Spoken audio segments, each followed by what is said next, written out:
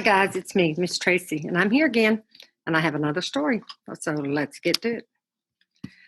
Here's my screen. Here we go. And I will make it big.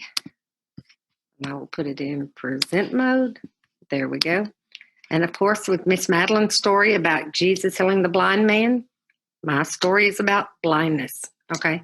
So 39 million people in the world today are blind. Probably more than that now because I don't know how old this is, but it looks pretty recent. And here's some facts I found that globally, around the world, every 5 seconds, 1,000, 2,000, 3,000, 4,000, 5,000, a person goes blind. That's crazy. There are about 285 million visually impaired people, okay? People of which 39 million are blind. So there's varying degrees of blindness where you can see some figures to can't see anything. Some people are born blind. Some people are blinded in accidents or have a disease or something that makes them go blind. But 82% of the people with blindness are over 50 years of age. This is a big number too. India's blind population is a huge number of 12 million people. And that 9 out of every 10 blind person lives in developing economies. So that's kind of weird too, that they're in countries that are developing. So just some blindness is an issue today. And it was a real issue in Jesus' time because with blindness, there was not the systems to take care of people. And you were just, on the outskirts of society. You were a beggar, most likely. You were somebody who begged. So Jesus heals a blind man. And we know that how he did it, Jesus didn't do it like he did a lot of his miracles. He didn't say, be healed, you're okay, everything's fine. He actually did something. He spat on the ground, made a clay, put it on the man's eyes, and then told the man to go wash his eyes in the pool of Siloam.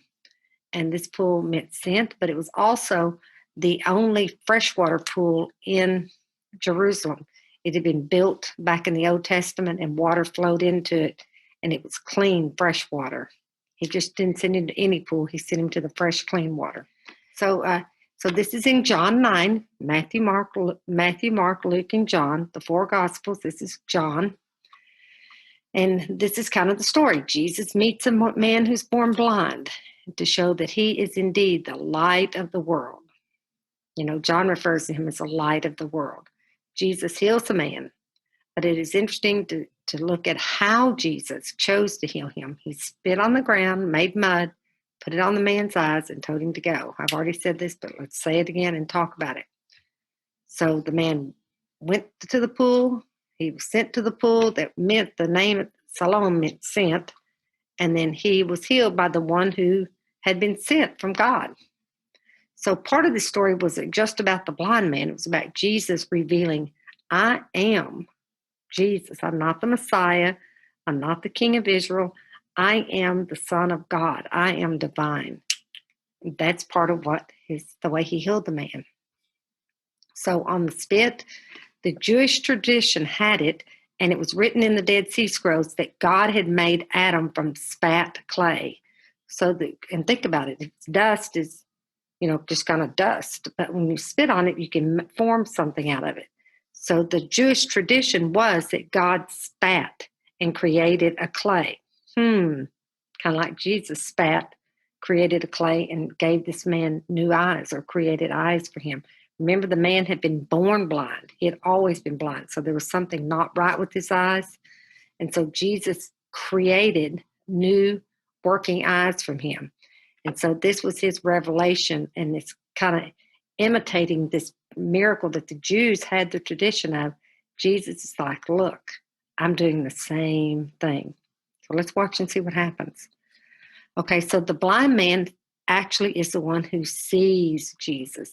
He sees him. He develops. The blind man's eyes are opened, and he goes and he sees who Jesus really is. So this is in John 9. He being the blind man, they said, what happened to you? are you healed? And he goes, are you that man? He goes, I am that man. I am the blind man. He said, well, how did this happen? And he said, the man they call Jesus made some mud and put it in on my eyes. He didn't know who he was. The man they, whoever they are out there, called Jesus, did it. And then they, being the religious leaders, turned on the blind man and said, what have you to say about him? It was your eyes he opened. And so now the man says, well, what do I say about it? I say he's a prophet. The man replied, he is a prophet. They call him Jesus. I say he's a prophet. Why the change from they call him to the prophet? Because the man had done something miraculous for him, right? A second time they summoned him. There's a skip here of 7 chapters. And so there's action going on. They call his mother and they call his parents. A second time, the religious leaders, summoned the blind man, or the man who had been blind, and they say, give glory to God by telling the truth. We know this man, and they're talking about Jesus, is a sinner. And the previously blind man says, whether he is a sinner or not, I don't know. One thing I do know, I was blind and now I see. He said, I don't know about him. I don't know anything about this man. All I do know is that I was blind and I see, and he did it, right? The man answered. The dialogue goes on and it comes back. The man answered, now that is remarkable. You don't know where he comes from, yet he opened my eyes. We know that God does not listen to sinners. In this part right here, they accused Jesus of being a sinner because he healed the man on the Sabbath, which was supposed to be for rest. And he said, now that is remarkable. You don't know where he comes from, yet he opened my eyes. We know that God does not listen to sinners. He listens to the godly person who does his will. So he's saying that Jesus is a godly person that does God's will because he was able to heal him. Nobody has ever heard of opening the eyes of a man born blind. If this man were not from God, he could do nothing. So he's gone from, they call him, he's a prophet, he must be from God, right? So he's developing, his eyes are like coming wide open. He's really seeing who Jesus is. And then it went on, and the religious leaders throw the man out, and Jesus hears that the religious leaders had thrown the man out, and he went and found him. Jesus sought him out. And he said, do you believe in the Son of Man? And the man said, who is he, sir? I mean, he still didn't quite have it, right? He thinks he knows, but a lot's happened to this man just a short bit of time. He's been blind, he's been cured, he's been accused and accused again and thrown out. Now Jesus comes and finds him, and he says, who is he, sir? The man asks, tell me that I may believe in him. And Jesus said, you have now seen him. In fact, he is the one speaking to you. So he's saying, I am the Son of Man. Jesus reveals himself and declares himself to this man. He is the one speaking to you. Then the man said, Lord, I believe, and he worshiped him. So the progression of the man, from somebody they call Jesus to he's a prophet to he's a man of God to, I don't know, he has to be from God. He has to be from God to be able to do this. And then Jesus comes back to him and says, who do you believe in the Son of Man? And then he goes, who is it? It's me. He goes, I believe. Lord. And then he acknowledges him, Lord, I believe. So Jesus opened his eyes, but he revealed that the religious leaders were spiritually blind. This man was blind, he could see. Then he saw spiritually who Jesus was, that he was not just a prophet, not just somebody, not just a prophet, not just from God, but he was God, the Son of God. So he was spiritually seeing. And I found this verse in Psalms. It said, the Lord opens the eyes of the blind. The Lord lifts up those who are weighed down. The Lord loves those who are righteous. That's not the rest of the story. Continues back in John. And then the man said, Lord, I believe, and worshiped him. And then Jesus responded, For judgment I have come into this world, so that the blind see, and those who will see become blind. What does that mean?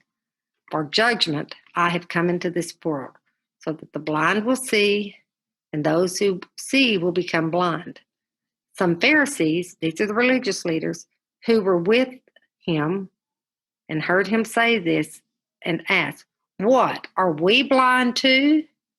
Jesus calls them out. Jesus said, if you were blind, and he's talking spiritually, if you were blind, you would not be guilty of sin.